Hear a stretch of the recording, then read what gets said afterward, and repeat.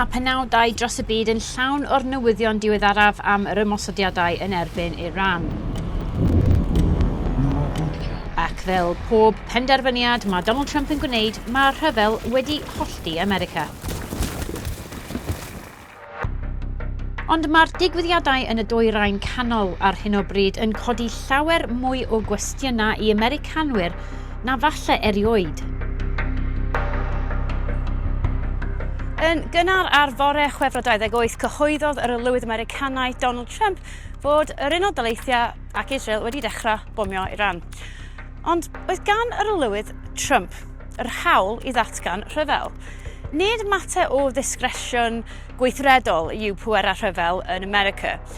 Mae'n fater o gyfraith wedi ei ysgrifennu'n uniongyrchol i erthygl 1 o'r cyfansoddiad ei hun. Felly, mewn theori, mae'r pŵer i ddatgan rhyfel yn perthyn i Gyngres yn unig. Dydy Cyngres ddim wedi datgan rhyfel ers yr ail rhyfel byd.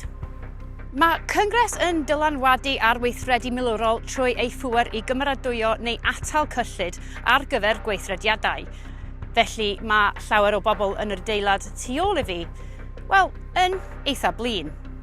Dyma'r Capitol, a wedyn jyst dros y ffordd, mae'r adeilad Rhyfel, ac yn fan hyn, mae pobl Cyngres i gyd yn gweithio. Cyngres yw cangen ddeddfwriaethol y Llywodraeth Federal yma. Mae yna ddwy siambr, y tir cynrychiolwyr ac y Senedd. A Chyngres sydd yn rheoli'r cyllid federal, felly gyda pŵer y pwrs. Mae bob dalaeth gyda swyddfa yn yr adeilad yma, a mae gyda Americanwyr yr hawl i ddod mewn i'r adeilad yma, pryd bynnag maen nhw isio, i gyfarfod gyda rep o dalaeth nhw. The gentleman from New York is recognized. Yeah, I'm happy to yield 5 minutes to the gentleman from Kentucky and the sponsor of this important resolution, the Honorable Representative Thomas Massey. Gentleman from Kentucky is recognized. I thank the gentleman from New York. Mae Thomas Massey yn cynrychioli Kentucky. Mae o'n aelod o'r gwediniaethwyr, ond yn y flwyddyn ddiwethaf, wedi anghytuno gyda'r olywydd yn aml. Massey oedd yn nodi'r bleidlais y War Powers Resolution yn erbyn Donald Trump. Mae Cyngres wedi datgan rhyfel 11 o waith, gan gynnwys ei datganiad rhyfel cyntaf yn erbyn y Deiniau Unedig yn 1812. Cyflwynodd sawl aelod o'r Gyngres benderfyniad yn erbyn y rhyfel yn Iran. Mae'r Senedd wedi pleidleisio a wedi gwrthod y penderfyniad pŵer y rhyfel, ac mae'n golygu felly bydd Donald Trump yn parhau gyda rhyfel. Mae yna un enw sydd dal ar y rhestr yma yn Gyngres. Mae hi wedi gadael, ond mae dylanwad MTG dal yn bodoli. Most Americans, and it's being proved in polling that's coming out, most Americans are completely against this war. We don't walk around thinking that in any moment an Iranian ballistic missile is going to land on our head. We don't.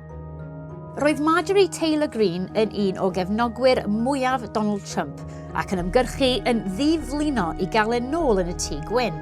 Ond y dyddiau yma, mae hi wedi colli ffydd yn yr arweinydd y mudiad MAGA. Ac mae MTG yn ymuno nifer o sylwebr arall ar yr adain sydd yn mynd yn erbyn Donald Trump ar hyn o bryd, ac sydd gyda dylanwad enfawr yma.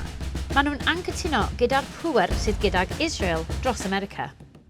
There are massive divisions over what we've done here, and people are going to change their minds over the coming days and weeks, one way or the other.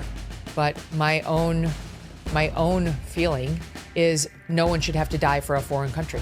President Trump was effectively forced by the Israeli government into this decision to go to war.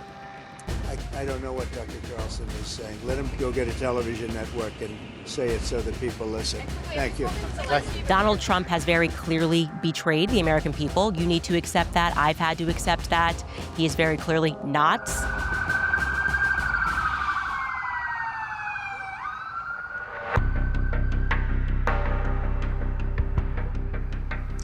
Mae'r rhyfel yn conundrum i lawer o Americanwyr. Mae Americanwyr ar y chwith wedi galw am newid yn Iran. Maen nhw eisiau gweld y regime yn Iran yn gorffen. Oedd marwolaeth Masa Amini yn tanio emosiynau enfawr yma yn America. Roedd na cymuned Persian allan ar y strydoedd yn protestio yn llefydd fel Los Angeles, ac oedd na lawer iawn o bobl ar y chwith yn ymuno gyda nhw. Ond rwan, mae'r polls i gyd yn dangos bod y mwyafrif o pobl sydd yn gefnogi'r Democrats yn erbyn y rhyfel. Maen nhw'n anghytuno gyda penderfyniadau Donald Trump, ac rwan mae rhai o bobl oedd yn protestio yn erbyn marwolaeth Masa Amini allan ar y strydoedd yn protestio yn erbyn y rhyfel yn Iran. Mae'r sefyllfa wedi tanio sgwrs cymhleth yma, a rwan mae yna bobl ar y chwith ac ar y dde sydd yn ffeindio eu hunan yn deimlo'n ansicr yn gyffredinol. The Trump administration's attacks on Iran are a violation of Article 1, Section 8, Clause 11 of the United States Constitution.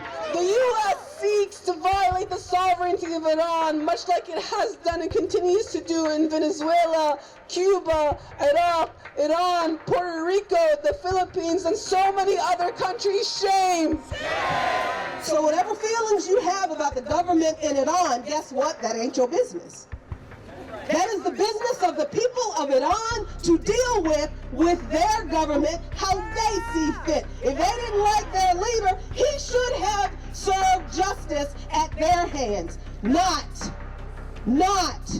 be bombed by this government. We're winning decisively with brutal efficiency, total air dominance, and an unbreakable will to accomplish the president's objectives on our timeline. We stay locked on the target because here at the Department of War, that's our job. Dyna'r Secretary of War. Mae deitl wedi newid o Secretary of Defence. Newidiad addas falle gan bod America wedi dechrau rhyfel yma yn Iran. Ond pwy bydd yn gorffen e? A beth bydd y canlyniad